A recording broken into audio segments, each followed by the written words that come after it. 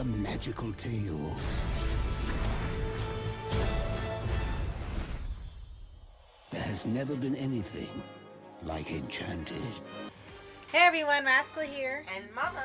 Welcome to our channel, Paws On Animation. Today we're covering something we should have covered ages ago, Disney's Enchanted. Now this film is a hilarious homage to the past Disney films with a modern twist. Now Princess Giselle is tricked by an evil witch and magically taken away from her magical animated world to the not so magical live action New York City. Sorry, New York. She's waiting for her prince to rescue her, but she might get a different kind of prince in this new world. And the film is now 17 years old, but it has aged beautifully. Yes, and before we start, be sure to like, subscribe, notification videos on future podcasts and all the pause videos. Thank you for subscribing, sharing, and joining us as always. We appreciate you so much. Yes.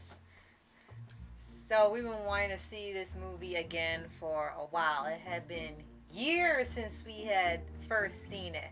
Not quite 17 years, but it has been a long time. And we originally were going to rewatch this when they announced they were doing a sequel to it. And then that sequel ended up really flopping. So we ended up putting it off.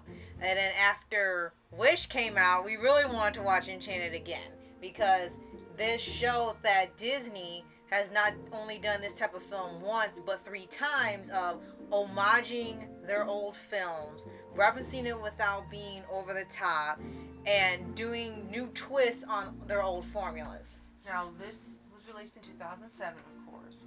Billed as a live-action animated musical fantasy, romantic comedy. That's a mouthful. It's a rom-com. Now, here's what's interesting. The film is directed by Kevin Lima, written by Bill Kelly, and is listed as being co-produced by Walt Disney Pictures, Jefferson Entertainment, and Right Coast Productions. So as I've always said, when Disney has its hands in the pot by itself, they tend to mess things up. But when they allow other sources to do the work, or they share the work, it turns out better. Yes. And this proves it yet again. Yes. This was released in the United States with a budget of $85 million, and it grossed over $340 million. See, you don't have to spend $200 and $300 million on a movie all the time. And this was live action, so they probably could have done it for less than this. Yep, pretty much, because only the first 10 or 15 minutes of the movie are in the traditional 2D animation, and then they have little snippets of it throughout the film. It doesn't really turn back into that until the very end. So yes, they can do 2D animation for the big screen. They just refuse to do it as a full-length film. Now what's interesting is we both noticed that this had a very similar feel and appearance as Elf, which we also really love because of Buddy and Will Ferrell's portrayal of his character that is innocent and wonderful, and he performed so well, he seems like he was really Buddy. And the same thing happened in this movie with Amy Adams. Similar to Elf as well, the live action segments took place around New York City. Right, the real New York. And the only difference was, in this movie they were choreographed and planned. In Elf, they just randomly let him do stuff, and it worked out so well. Right.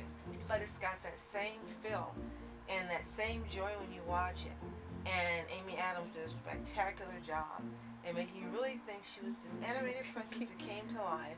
And she's naive and sweet and caring and loving. And she affected everyone she was around, the same as Buddy. Yes. And the audience loves those type of movies. You have enough garbage going on in the world. You have enough freaking reality. Yeah. And you love when you get these type of movies because they transport you just for a little while to an amazing place full of love and joy, happiness, musical numbers, and happy endings. And it makes you so happy. Yeah. And it's actually funny you say that, because there's a point in the movie that they really want to get the message across with the entire theme, is that you know how people say don't believe in fairy tales. Not everything has a happy ending in real life, and a really very downward appearance on reality, like you're just meant to have a miserable time, don't expect anything good. Well, this movie proposes that yes, the fairy tales are fairy tales, but it doesn't mean you can't learn from them, you can't be happy in the modern world, because basically just about everybody in this city was not all that happy, and they were just confused on how just upbeat she was all the time, and she, as you said, ended up helping people. And what's a little sad about this is that this movie was teaching you, don't look at reality like you're not gonna get a happy ending. You can find it in one of the strangest places. And then they get to the sequel, and then their new movies, and now it's the reverse lesson. Now it's, don't expect anything. It's a fairy tale, and that's how it is. Reality is dark. And it's like they went the opposite direction now. Now, we haven't watched or covered Disenchanted. If you would like us to, let us know in the comments. Is it worth it? It had a great cast. Amy Adams, Patrick Dempsey, James Marsden, Timothy Spall, Idina Menzel. Yes, that Idina Menzel. Oh my and gosh. Susan Sarandon. So the cast was fantastic. This was before Frozen, of course, guys. Right. But the others were known, especially Patrick Dempsey, who was nicknamed Dr. McDreamy in Grey's Anatomy. And in the poster for this movie, they make reference to that reference. Oh my Which I gosh. thought was pretty clever. That should be showing right now. Right. And then you have James Marsden, who has been in so many movies that we all love. He's done so many roles that we love. Most recently, of course, the Sonic movies, playing the dad, because that's what we're going to call him. Yes. The dad. And Susan Sarandon is great in everything that she does. She's Yes. a brilliant evil queen. Disney missed the ball. Every studio missed the ball, giving this woman more villain roles. She was fantastic. She was like Gary Oldman. You just loved her as the villain. Now, Rachel and Amy was wonderful. Yes. And then the last one, Idina Menzel, you really didn't know her when this took place. Right. And Frozen made her more famous. Yes. And here, she didn't really have a big role. She's the woman who gets, replaced. But you can see during the movie that she and Robert, that's Robert Phillip, his name, so I can say another one. Robert just weren't clicking. And it was kind of like what happens in real life with a lot of people. They're not with whom they should be with or whom they want to be with, whatever the case may be. Mm-hmm. But they go ahead and just do it so they're not alone. Right. And you could tell that was the relationship between him and her. Not for her. Right. She loved him. She wanted to be treated like a princess. Right. She made that clear. She wanted him to do surprising things for her and be romantic and so forth. And he says he was not that type of person. However, it wasn't that he wasn't that type of person. He wasn't that type of person with the wrong person. You're right. And along comes Giselle, and she becomes the right person. He becomes that type of person for her. Right. And that was a big message that is probably lost to a lot of people. That this happens in real life. Some people we aren't just meant to be with. And that type of person that you want to be, you don't end up being. Right. Until that right person comes along. And I do like how they handled it here. There were no hard feelings between Robert and Nancy, which is what her name, Mm-hmm. and between Prince Edward and Giselle, Yeah. they went with the respective people who they really were meant to be with. You hope that would happen in real life too. Right. But the message here was, be yourself, be the person you're going to be and want to be, and when the right person comes along, you will be. And then the people that you aren't really meant to be with can be released to find the people they're meant to be with, Right. and be themselves. And it was a great message that was wrapped up within the fun and the magic Right. of the music. Right. And that is one of the best parts about it. And I like that nobody turned out to be a plot twist villain in the story either. You had the queen, you had her lack, you end up kind of reverse going to hero side later, and the ones who end up going with other people didn't turn bitter and turn into villains or something. So I am glad that that wasn't in here. So yes, that was probably one of the best things about it, that there was just no animosity or anything like that. It still stayed fun, and you had your one villain being the one villain. Now, another thing this movie did well, unlike The Final Wish, but like the Wish concept movie, were Disney references. Yes. And they were fun, and there weren't 500 in here or 1,000 in here. Right? There were 500. enough to make you be nostalgic and happy that you picked them out and Yes. recognized them. The And the fun. movie kept moving and going on. Yes. Which is the way the Wish concept was. Yes. And you told me that many people said this is like a live action version of what Wish was meant to be. Yes, yes, you're absolutely. And that's what people got when watching the deleted scenes with the 5-in-1 featuring Star and Asha.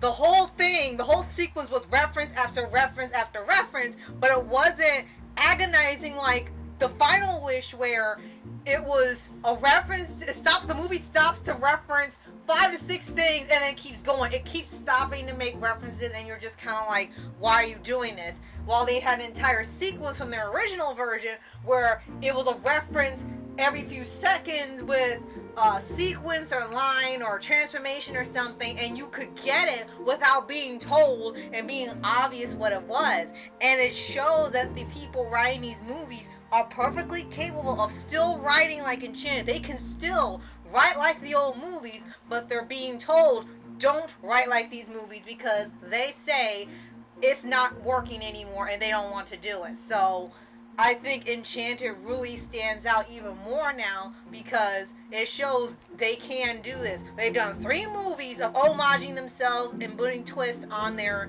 tropes. There's no reason they couldn't have done it a 4th time. Absolutely. So this is one of those movies you're grateful for.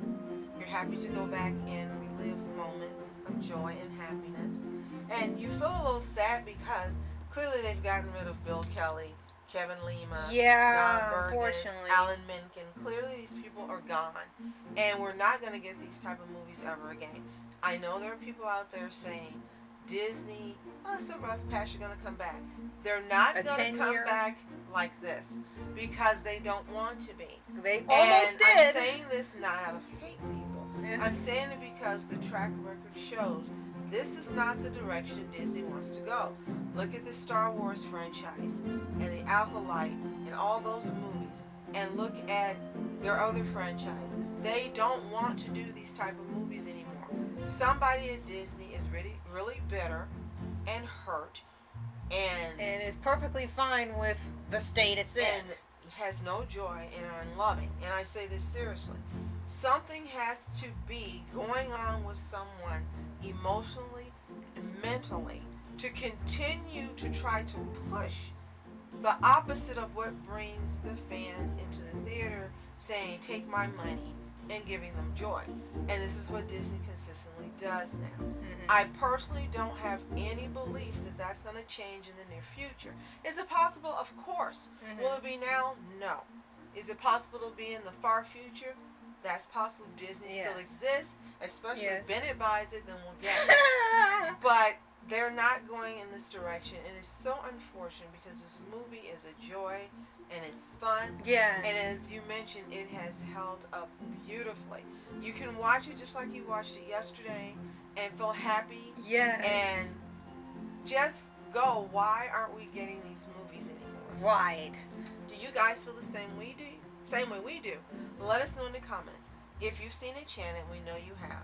Tell us what you think, and if you haven't, it's probably on Disney Plus to stream unless they don't want this much joy and it's not on Right, there. they only keep the sequel. You can find it to buy. It's probably on Hulu. Watch it. Come back. Tell us what you think. And again, if you'd like us to cover Disenchanted, let us know in the comments because we haven't seen it. But from what we understand, it's the total opposite of what this movie is. Right. Which tells you the place that Disney is in right now. Right. And if you haven't already, subscribe for updates and movies, favorite anime series, anime shows, and all things animation. Absolutely. Thank you for supporting us. And please feel free to share this video. It helps out our channel a lot. And as always, You are special. Thank you so much for watching. Mask Entertainment. And I'm Mom Entertainment. Have a fantastic day. Peace.